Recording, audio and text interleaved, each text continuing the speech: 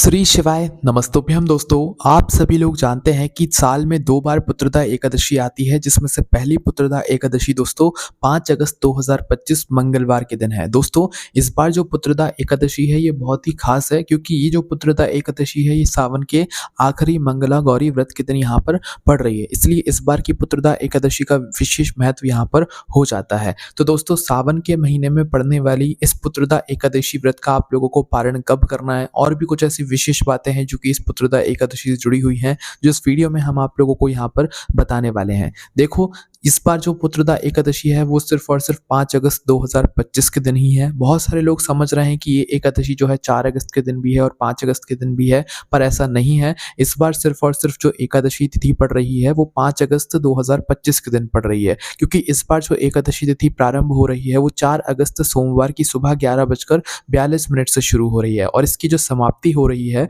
वो 5 अगस्त मंगलवार की दोपहर को 1:12 पर हो रही है। हमारे शास्त्रों में और हमारे पुराणों में ये बताया गया है कि आप लोगों को उस पुत्रदा एकादशी का व्रत करना चाहिए जिस एकादशी में द्वादशी तिथि भी यहाँ पर मिल रही हो, मतलब जिस दिन यहाँ पर एकादशी तिथि भी हो और उसी दिन जो है द्वादशी तिथि भी यहाँ पर शुरू हो रही हो। तो 5 अगस्त के दिन दोपहर को 1:12 तक तो हमारी एकादशी तिथि रहेगी। इसके बाद हमारी द्वादशी तिथि यहाँ पर शुरू हो जाएगी। इसलिए 5 अगस्त के दिन वाली जो एकादशी है ये फलदायी है, और इसी दिन आप लोगों को पुत्रदा एकादशी का व्रत यहाँ पर रखना चाहिए। पुत्रदा एकादशी विशेष रूप से संतान प्राप्ति के लिए होती है, संतान की सुख समृद्धि के लिए होती है, उनकी बरकत के लिए होती है। तो जो भी संतान प्राप्ति चाहते हैं तो भाई वो इस एकादशी का व्रत जरूर करें, और अपनी संतानों की दुख और परेशानी के लिए, मतलब परेशान है या अपने संतानों का अच्छा चाहते हैं, भला चाहते हैं, तो भाई वो लोग भी इस पुत्रदा एकादशी का व्रत जरूर करें, चाहे माताएं बहनें हों, चाहे घर के बड़े पुरुष हो, है ना।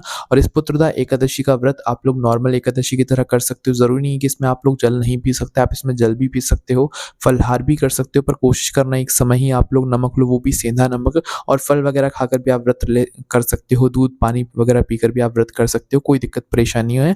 बाकी अगर आपका इसमें कुछ अलग नियम है तो वो आप अपने हिसाब से देख सकते हो। बाकी नॉर्मल एकादशी की तरह आप इस पुत्रदा एकादशी के व्रत को यहाँ पर रख सकते हो, फलहार वगैरह करके, ठीक है। अब दोस्तों, जब भी आप लोग मतलब अपना एकादशी का व्रत रखते हो, हमेशा उस पुत्रदा एकादशी व्रत के दिन कभी व्रत का पारण नहीं किया जाता है, बल्कि अगले दिन किया जाता है, क्योंकि व्रत के पारण के साथ ही में हमें हमारे व्रत का यहाँ पर संपूर्ण फल मिलता है, अन्यथा हमारा व्रत जो है वो पूर्ण नहीं हो पाता है, ठीक है। तो इसलिए आप लोगों को सबसे जरूरी चीज यहाँ पर, और सबसे जरूरी चीज ये देखनी चाहिए कि आप लोगों को अपने व्रत का पारण कब करना है, जितने भी लोग पुत्रदा एकादशी का यहाँ पर व्रत रखने वाले हैं। तो देखिए, जितने भी लोग 5 अगस्त मंगलवार के दिन अपना पुत्रदा एकादशी का व्रत रखेंगे, उनको अपने व्रत का पारण अगले दिन यानी कि 6 अगस्त 2025 के दिन ही करना है, इसके पहले नहीं करना है। और व्रत पारण करने का जो शुभ समय है वो है 6 अगस्त 2025 बुधवार के दिन सुबह 5:45 से लेकर सुबह 8:26 के बीच में।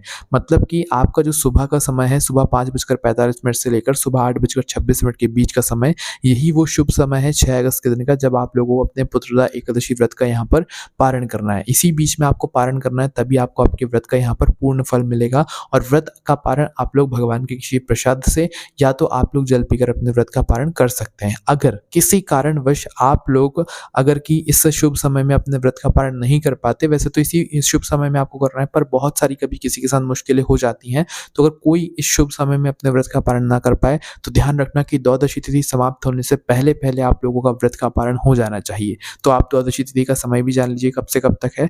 देखिए, द्वादशी तिथि वो है जो कि एकादशी की तिथि के बाद आती है, ठीक है। तो द्वादशी तिथि इस बार शुरू हो रही है 5 अगस्त मंगलवार की दोपहर को 1:13 से, और इसकी समाप्ति हो रही है 6 अगस्त बुधवार की दोपहर को 2:08 पर, है ना। तो इसका मतलब है कि आपको 6 अगस्त के दिन सुबह सुबह जो शुभ मुहूर्त हमने आपको बताया उस बीच में अपने व्रत का पारण करना है।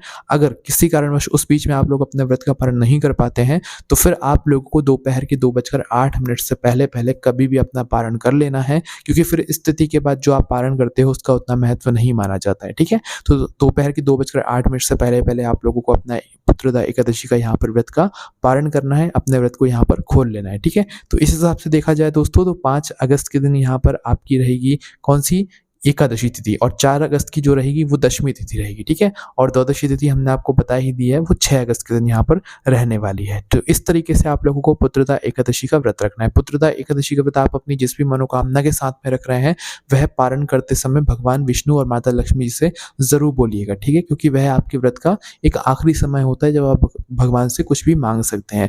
और व्रत रखते हुए आप पूरे दिन जो है भगवान के नाम का ध्यान जाप करते रहिएगा और शाम के समय जब आप विशेष पूजन अर्चना करें भगवान विष्णु जी और माता लक्ष्मी जी की, तो उस समय भी अपनी मनोकामना भगवान से विशेष रूप से आप लोग यहाँ पर बोल सकते हैं ताकि आपकी वह मनोकामना यहाँ पर पूर्ण हो सके। और पूरे दिन ओम नमो भगवते वासुदेवाय नमः मंत्र का इस दिन जाप ज़रूर कीजिएगा ताकि आपको आपकी पुत्रदा एकादशी का यहाँ पर फल मिल सके। इसके अलावा अगर आपके मन में कोई प्रश्न है तो उसे हमसे कमेंट करके पूछ सकते हैं। ओम नमः शिवाय, जय भोले बाबा, श्री शिवाय नमस्तुभ्यम।